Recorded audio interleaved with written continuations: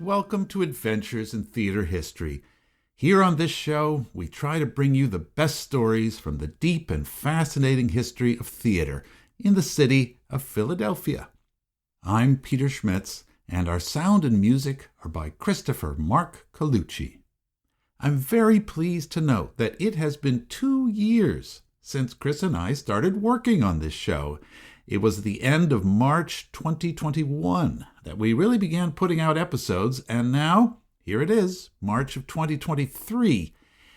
In that very first episode, I believe I assured everyone we probably could tell the entire story of Philadelphia theater history in 50 episodes. But, well, hey, look, this is the 50th episode, and we are not even close to being done. So, there are plenty more adventures in store for you in the future. That's the way to look at it. And there's plenty to hear about in this episode, too, as we continue to tell the story of official censorship in Philadelphia theater. As has been the theme throughout this second season, there will be fights, there will be political disputes, controversy, and extra helpings of drama and conflict.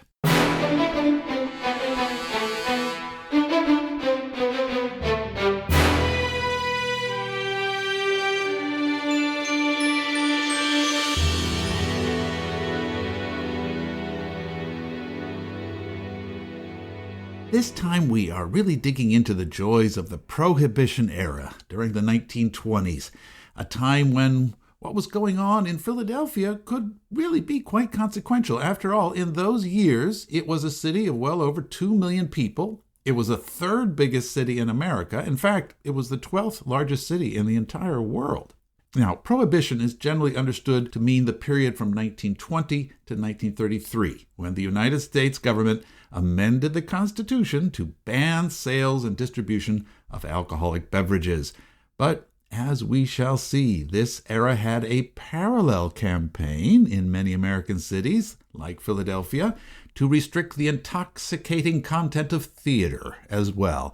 As the United States took over leadership on the world stage, its actual stages were featuring that newly energized and self-confident American theater of the 1920s, ready to both serve the high and low entertainment needs of the nation, and there were also those who were there to stop it.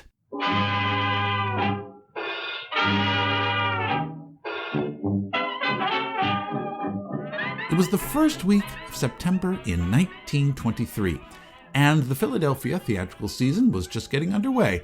The first offering, booked into the Sam S. Schubert Memorial Theater on Broad Street, was one of those musical comedy revues with lots of songs, lots of skits, fast-paced comedy, lots of dancing and production numbers, and very little substance. This show was called the Ted Lewis Frolic. And like most shows of its kind, its ads mostly emphasized all the many charms of its female chorus. In this show, they were called the Foster Girls. Quote, 12 pretty young maidens with nimble feet and dancing eyes. Now, Ted Lewis Frolic was not a particularly original idea for a show, but it was a reliable one. For well over a decade, nightclub revues and Broadway spectacles had featured lots and lots of female pulchritude on the stage. Along with a cast of comedians, dancers, singers, and other artists, these shows might have a slender plot line or, none at all. The titles usually involved the name of the producer who put the show together, and then some other word that signaled fun, entertainment, and sex. The Ziegfeld Follies, George White's Scandals, or Earl Carroll's Vanities. There was also the Greenwich Village Follies and a Schubert Brothers annually updated review called Artists and Models. After these shows would run in New York City, they would then tour to theaters in other American cities, like Philadelphia. It was an accepted genre and a quite popular one. When you came right down to it, the whole point, really, was to show either elaborately clothed or barely clothed, beautiful young women on the stage. Sometimes their figures were frozen in artistic tableau, but sometimes these bodies were in motion, quite vigorous motion, and of course every producer kept trying to top the others or improve on his show from last year, so the amount of flesh on display kept getting more and more audacious.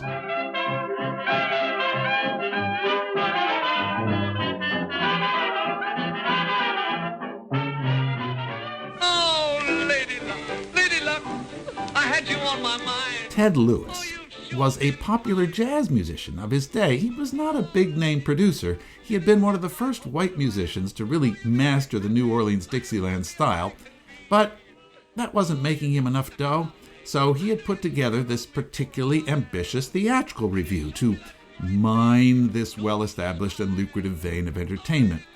But Ted wasn't really a theater producer by trade, and maybe it wasn't the best organized show. On the opening night, September 3rd, confusion backstage had held up the curtain by an hour while the Philadelphia audience waited impatiently. And, this lack of organization was all the more evident because right across Broad Street at the Forest Theater, George M. Cohan was opening up his delightful new show, Little Nellie Kelly, without any problems to speak of, I'm glad to say. But disorganization wasn't the only problem Ted Lewis faced. Within a few days after its opening, Philadelphia Mayor J. Hampton Moore had received so many complaints about Ted Lewis' frolic that he ordered it and the Shubert Theater itself to totally shut down on September 6, 1923, after he had held a hearing about the matter at City Hall.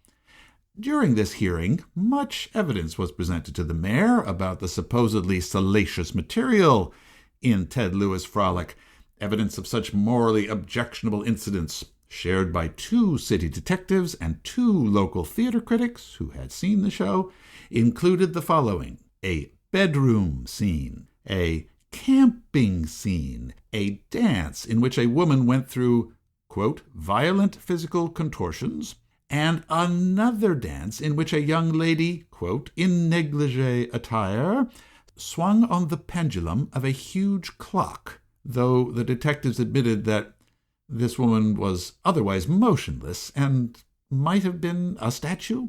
The offending aforementioned bedroom skit, in particular, apparently contained an off-color joke about the nation of France, rebuilding its depleted post-World War I population by, a vigorous attention to natural human desires. That's it. I'm sorry I can't be more specific. I'm just as curious as you are, but that's all the newspapers would print about that joke. Representatives of a citizen volunteer group called the Law Enforcement League, who also went to the show, may have been more detailed in their report, which was also shared at the hearing. Anyway, once he saw all this, the mayor quickly moved to revoke the Shubert Theater's license. Quote, "It seems that constant police supervision will be necessary to see that shows do not cater to the vicious and morbid," said Mayor Moore. "Let there be no misunderstanding. This is a final warning. We will not countenance such shows in this city." Now, by this point in our podcast series, we've heard quite a number of Philadelphia mayors making similar pronouncements, promising to stand up for public order and decency. And on the whole, that had proved to be a smart political stance for any politician to take. Now, the likely explanation for this whole affair was that Mayor Moore, a loyal member of the Republican Party political machine, had been receiving pointed criticism from Democrats and reformers for allowing a culture of vice in the city's theaters. Moore wanted to set an example of his rectitude in advance of the upcoming election season. But Philadelphians don't like being told what to do or how to behave, as we've also seen, and there were usually plenty of pretty risque shows in Philly, and there must have been quite a demand for them, or there wouldn't have been so many. In 1915, the Philadelphia newspaper The Evening Public Ledger had made fun of the city of Boston, up north, for appointing what the Ledger termed a theatrical poobah to oversee all the new shows coming out of New York and also in its own progressive cutting-edge little theater scene. Quote, "Boston will be a laughing stock of other places besides Broadway," the Ledger opined, and it warned that censorship campaigns always started with putting chorus girls in tights and ended up by banning plays by respected world authors like George Bernard Shaw. But now, 8 years later on, it looked like Philadelphia itself was heading down that very same path as Boston. What was perhaps surprising to many Philadelphians was that Mayor Moore had not come down hard on some sleazy burlesque theater on 8th Street or on the decidedly risque material and flimsy costumes that were being worn in the Marx Brothers review, "I'll Say She Is," which had been running at the Walnut Street Theater all that summer long. I want to play a dramatic part, the kind that touches a woman's heart, to make her cry, for me to die. Did you ever get hit with a coconut pie? There's my argument, restrict immigration. I think I'll recite. Let it go, all right. I'll give you a recitation. Or would you prefer to see me give my Chevalier imitation? When the nightingales could sing like you, they sing much sweeter than they do, 'cause you brought a new kind of love to me. Well, what do you think? Get me a brick. Here's a brick. I always carry one for this imitation. Say, I ought to lay this on your head. You can't do that. You don't belong to the Bricklayers Union. Instead, the mayor had pulled the license to perform for one of the largest theaters in the city and was threatening the cash flow of one of the biggest and most powerful theater owners in the entire country, the Shuberts. Lee and J.J. Shubert had immediately hurried down to Philadelphia from New York when they heard about this closing. Through their lawyers, they argued that they were not the producers of Ted Lewis' Frolic, and anyway, the offending material had not been in the show when it had played the famously censorious Boston the previous week, and had already been removed anyway. Judge McCullen of the Philadelphia Municipal Court soon agreed with them and ruled that the mayor had acted hastily. The judge issued an injunction reopening the theater for that evening's performance. The two Shubert brothers, who famously could barely stand each other most days, left Philadelphia City Hall triumphantly, arm in arm.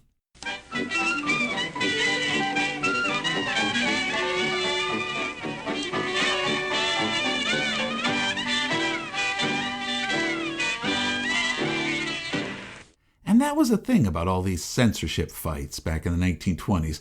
While there certainly was a great deal of demand in some circles for increasing control over the wicked theater, there did seem to be even more folks who were highly excited and interested in the prospect of seeing something cutting edge and risque and bawdy. It was a very common ploy of many theater producers of that era, in fact, to deliberately provoke the censors to come down on them. The producers calculated that they could quickly get a judge to open them back up on free speech grounds, and the ensuing media publicity about the censorship was box office gold as far as they were concerned. Once a show was back open again, the producers could reliably fill the seats with theatergoers who were grateful to the censors for letting them know where the real good and racy material could be found. Now, this seems to explain a story I found in the Philadelphia Inquirer on February 17th, 1925. Maybe it was a press agent's stunt, and maybe it wasn't. At any rate, the scene was the Forest Theater. The time, last night. The occasion, the opening of the Earl Carroll Vanities. The principals, Earl Carroll, Reverend Frederic Poole, 2 policemen, and an audience. Mr. Poole, who had seen a performance of that same show in Newark, requested Mr. Carroll to dress some of the girls in 2 scenes in tights. The producer refused, but before the curtain went up, stepped onto the stage. "Mr. Poole has objected to some scenes," Carroll said. "Do you people of Philadelphia want the show put on as I have conceived it in other cities, even if it means having it closed after tonight? Or do you want it changed in accordance with Mr. Poole's suggestions?" The audience indicated it wanted it the naughty way. Then Mr. Poole telegraphed General Butler, and a conference was held. It was against the rules of the Board of Censors to allow nude women on the stage. They must wear tights, said Mr. Poole. what was going on here? Who was General Butler? Who was Reverend Poole? And wait, Philadelphia had a board of censors? Well, now, yes it did. Philadelphia had a new mayor in town, William Freeland Kendrick, and he was here to clean the place up. Though Prohibition had technically been in effect nationally for 3 years, everybody in America knew that it had almost no effect on the city of Philadelphia. Before the Volstead Act, Philly had been a city full of brewers and distillers and many, many chemists. Lots of guys around here knew how to make alcohol in one form or another, and they also knew how to sell it to a regular clientele. Philly bars and saloons were operating openly. They were only speakeasies in the sense that the easy password was beer or whiskey. Under the easygoing corruption of the Harding administration, the mostly Republican leadership of the Quaker City was off the hook. But now President Harding was dead. Vice President Calvin Coolidge had taken his place in office, and the newly elected Mayor Kendrick had taken over the reins of Philadelphia city government in January of 1924. Kendrick knew that the World's Fair, the sesquicentennial exposition, was about to be mounted in Philadelphia in just 2 years, and he wanted the city to be ready for it. So, one of the very first things Mayor Kendrick did in office was to recruit a famous soldier, Marine Corps Brigadier General Smedley Butler, to become the new director of public safety. Smedley Butler was from an old Pennsylvania Quaker family. He had gone to the Haverford School out in the suburbs, and he was the son of a sitting congressman. But Smedley had made his career in the military, and he was a very un-Quaker-like violent son of a bitch, frankly. For decades now, he had been fighting the wars of the growing American empire. He had fought in Cuba, in the Philippines, in China, and in the Banana Wars of Honduras. He had won a Congressional Medal of Honor when President Woodrow Wilson had sent the Marines into Mexico. And then he'd won a second Medal of Honor when the U.S. intervened in Haiti. Butler got the Navy's Distinguished Service Medal for his service in World War I, and after that war, he became the commanding officer at Quantico Base in Virginia. But things were too quiet. Looking for a new kind of battlefield, General Butler was gratified when President Coolidge recommended that he be temporarily detached from the military to help clean up Philadelphia's crime and vice. And no sooner was he on the job than General Butler set about smashing up, and I mean literally smashing up, all the bars, saloons, breweries, and distilleries that were still openly operating in Philadelphia. The general completely transformed the city's police force, militarizing it effectively. And get this, Butler commandeered the then underused Metropolitan Opera House on North Broad Street. He held mass meetings there with the entire assembled Philadelphia police force, haranguing them from the stage before sending them out to conduct more raids, to bust up more dens of vice and crime. Butler even raided the upper-class hotels of the city, like the Bellevue Stratford, and poured their stores of gin and scotch into Philadelphia's gutters. And General Butler was happy to work hand in hand with the other great innovation of the new Kendrick administration, the Philadelphia Board of Theater Control, usually referred to by everybody as the Board of Censors.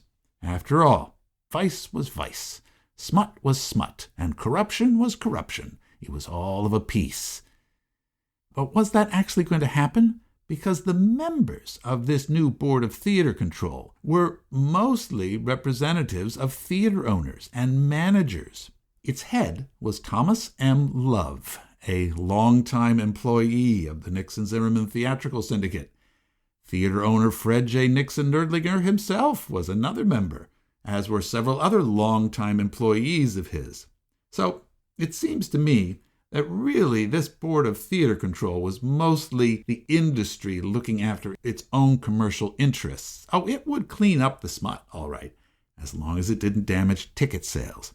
Also on the board, surprisingly, was Howard H. Furness, Jr., the great Philadelphia Shakespearean scholar at the University of Pennsylvania.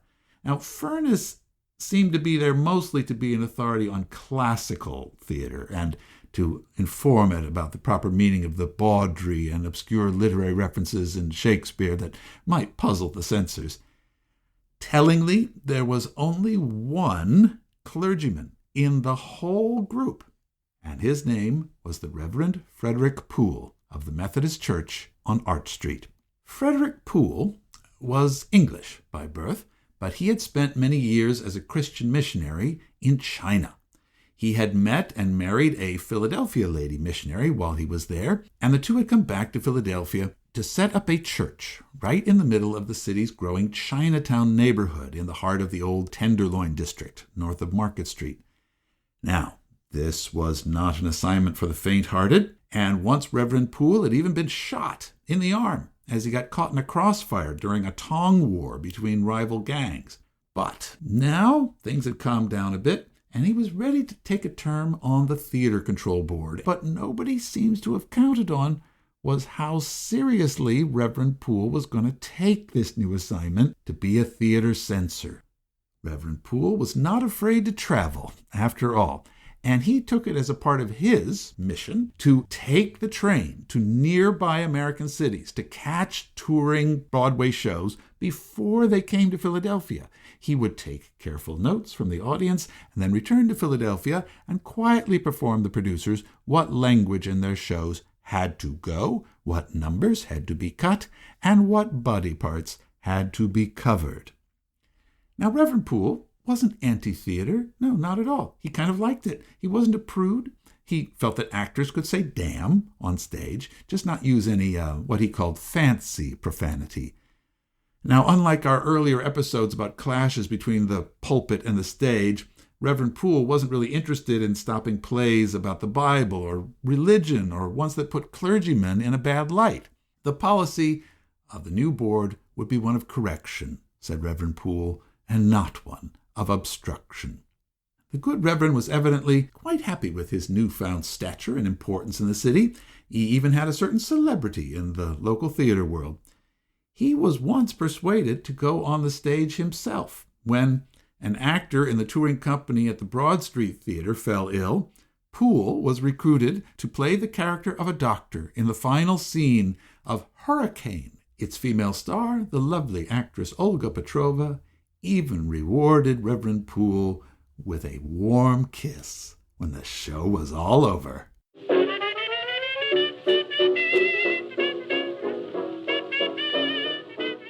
But the Earl Carroll Vanities now, this show that we mentioned earlier, this was where Reverend Poole was going to draw the line.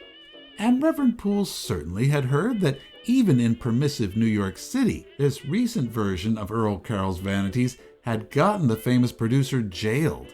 Something about its lobby photo displays of the dancer Catherine Ray, Carroll's current mistress.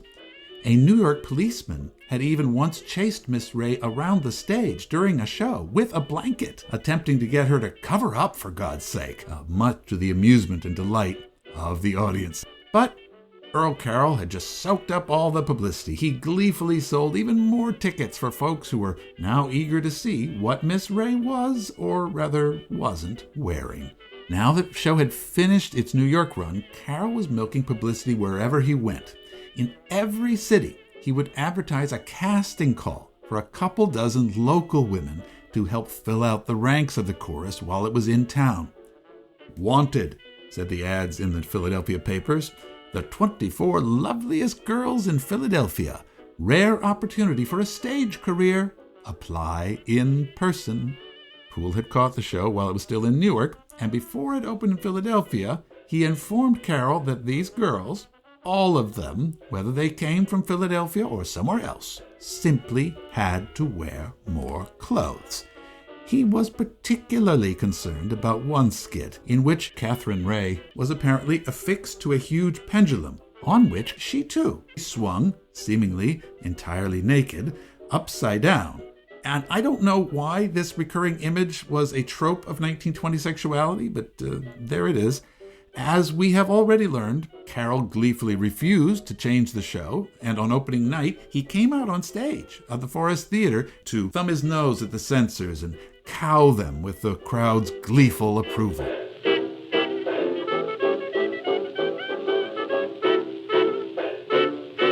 But Earl Carroll had not counted on the determination of Reverend Frederic Poole to rein him in for once.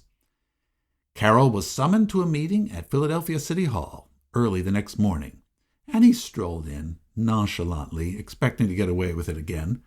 But then Carroll was alarmed to discover not only Mayor Kendrick and Reverend Poole in the meeting, but General Smedley Butler himself, glowering and shouting at him from across the table and threatening him with being thrown in jail once again and worse. Evidently, the New York producer quickly agreed to all of the Board of Censors' demands, and the show was allowed to continue its 2-week run without further trouble before it left town. So, was this the way things were going to be in Philly from now on? No semi-nude girls on stage, no racy lyrics, and worst of all, no booze in a quiet hotel bar after the show? Never again? Well, no, of course not. Philadelphia and all its gangsters and its bootleggers and everybody who wanted to see a fun show and then have a drink afterwards just, waited this storm out. They knew these guys would all move on. Eventually, the other members of the board began to worry about Reverend Poole and his assiduousness at his job. They began outmaneuvering him on nearly every official vote. And by the end of 1926, even Smedley Butler got so much on everybody's nerves that he was forced to leave town in defeat and go back to the Marine Corps. Cleaning up Philadelphia was worse than any battle I was ever in, Butler admitted. And by the end of that decade, even the once tireless Reverend Frederic Poole was a spent force. Oh, he had won some battles. In the fall of 1927, the Maureen Watkins play called Revelry was withdrawn by the Garrick Theater after it had been flagged for rough language and for mocking American political figures. And Reverend Poole had lost many other battles. For instance, he had been unable to stop his fellow board member, Horace Howard Furness, from sponsoring and funding a production of Aristophanes' Lysistrata, certainly one of the most gleefully bawdy and sexually explicit plays ever written. It was staged at the Walnut Street Theater in May of 1930 over Reverend Poole's objections. And in a public meeting that same year, at an organization called the Philadelphia Friendship Liberal League, Reverend Poole realized that the war he had fought for so long was perhaps now totally lost. After he had patiently explained once again to the meeting that Philadelphia's show-going public was not as developed or advanced as New York's more cosmopolitan theater-goers, he found himself widely criticized by almost everyone else in attendance. The general opinion in the room was that Philadelphia was plenty sophisticated, thank you very much. And as he listened to this storm of criticism, Dr. Poole just quietly arose from his seat, announced that, he would not stay any longer. He struggled into his overcoat, and he hustled himself out the door. By February of 1932, the Board of Theatrical Control found itself with very little to do anyway. Along with the general downturn in theater activity as the Depression had settled in, there had been another turn in the city's political climate. Prohibition, everybody knew, was about to be repealed, as the nation finally admitted that the great experiment had been a terrible mistake. Furthermore, that old political hack J. Hampton Moore was returning to office as the city's mayor, making it likely that the lenient policies towards the theater were returning too. Mayor Moore made it clear that when he got into office, he would abolish the Board of Theater Control. So Reverend Poole retired from the scene, as it were, in a farewell letter that was published in the newspapers. Poole wrote that he was happy to have rarely actually needed to threaten to close down a show. This work has had its troublesome angles and perplexities, yet with all its pleasant associations too, and I shall always treasure the memories of friendships made with many worthy ladies and gentlemen of the stage.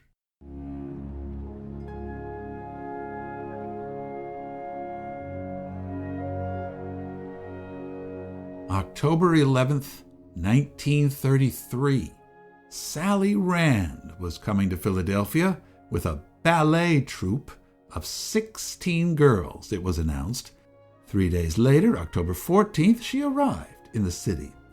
The famous burlesque dancer had visited all of Philadelphia's clothing stores, said the newspapers, but claimed that she couldn't find a thing to wear. She decided to make herself something instead. "I guess I'll be sewing all week," she declared to reporters, "but I'll have to, for I hear there's somebody from the mayor's office at every performance." In truth, Miss Rand was not surprised at all at the attention she was receiving from the Philadelphia city government. She had, after all, asked for it. Sally Rand was the subject of national press coverage for her infamous fan dance, an act first developed at the Paramount Club in the city of Chicago.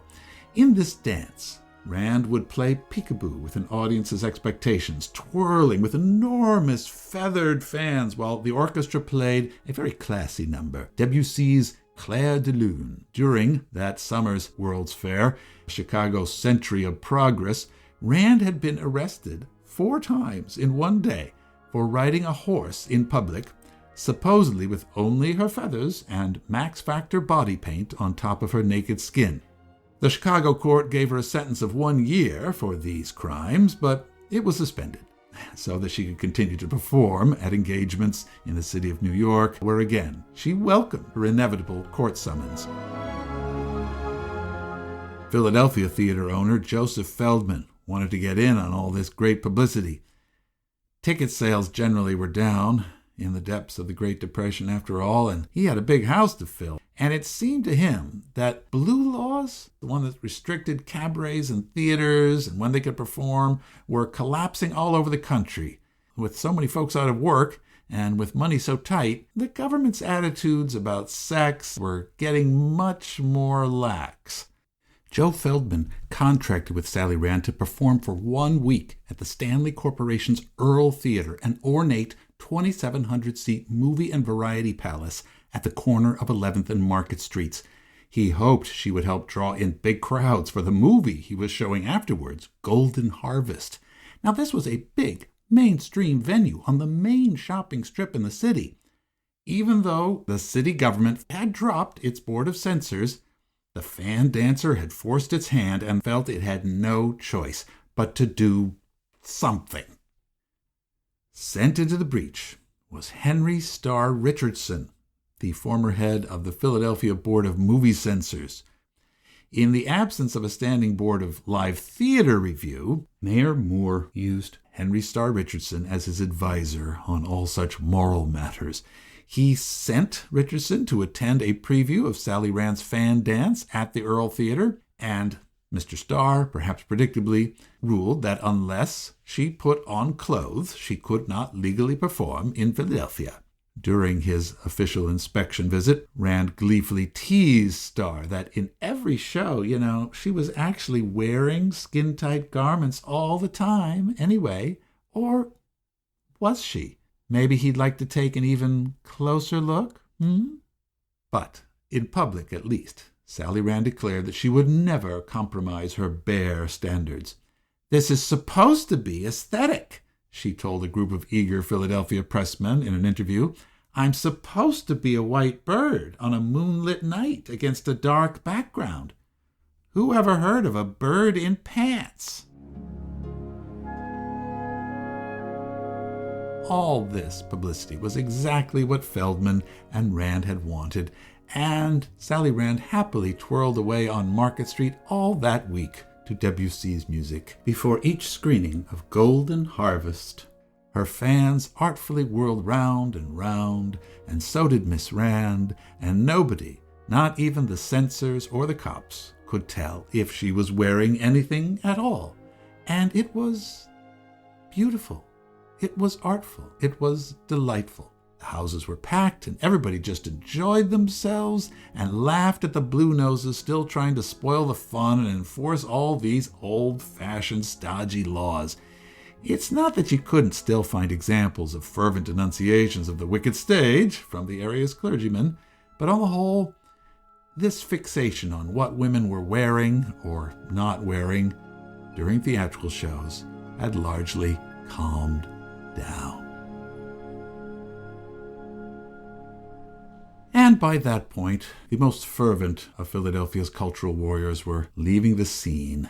Reverend Frederic Poole lived his final years in retirement in the quiet Philadelphia mainline suburb of Ardmore, and he died there in 1936. Thomas Love, his former boss on the Philadelphia Board of Theater Control, died the following year in nearby Kinwood, Pennsylvania. General Smedley Butler, for his part, chose the suburb of Newtown Square to live in when he finally left military service in 1931.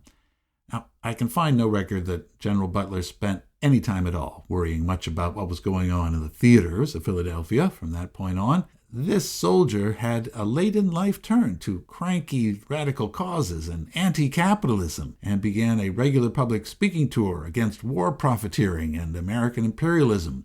War is a racket was the subject of his many public speeches. These speeches were always highly entertaining in person and, well, colorful. After a lifetime spent in the U.S. Marines, General Smedley Butler just couldn't keep from cussing, and the hells and the damns and the more ornate language kept popping out of his mouth.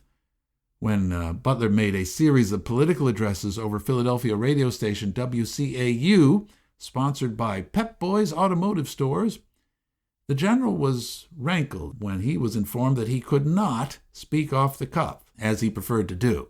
He had to listen to the censors and stick to the script. They simply would not tolerate any indecency.